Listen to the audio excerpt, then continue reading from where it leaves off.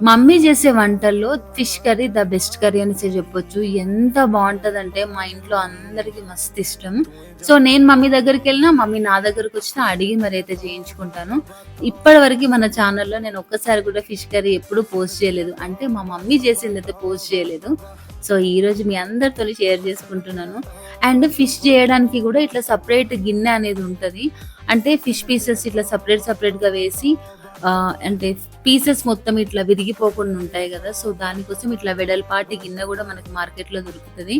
అంటే మూకుడులో గూడా జేసుకోవచ్చు గానీ, కలపడానికి కొంచెం ఇబ్బందయితది. అండ్ ఇందులో ఆనియన్స్, మెంతులు, పచ్చిమిరపకాయలు వేసి అంటే వాటిని ఫ్రై జేసేసి ఒక పేస్ట్ చేస్తది మమ్మీ. అసలు దాని వల్లనే ఎంత టేస్టొస్తదో.